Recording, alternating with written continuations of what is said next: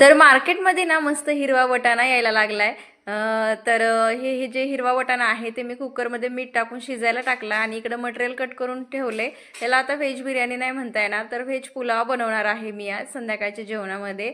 तर इथं सगळं जे मटेरियल आहे ते मी कट करून ठेवले आणि मस्त फोडणीसुद्धा मारलेली आहे. वास तर एकदम छान सुटलेला आहे.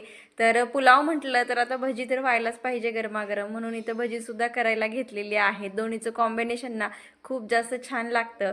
तर भजीसुद्धा आपली रेडी झालेली आहेत. तर आता अगोदर मला जेवण करून घ्यायचं आहे आणि त्याच्यानंतर मला हेअर ऑइल बनवायचं आहे. तर मस्त आपला पुलाव खूप छान झाला होता. तर सिद्धू बघा कसा खातोय आणि इकडे हे पण यांना तर खूप जास्त आवडला. तर चला आता हेअर ऑइल बनवायला घेतलेलं आहे. सगळं जे साहित्य आहे ते घराजवळूनच मी गोळा केले आणि हे तेल जे आहे ना हेअर फॉल होत असेल किंवा ज्यांना लॉंग हेअर हवे असतील ना त्यांच्यासाठी खूप फायदेशीर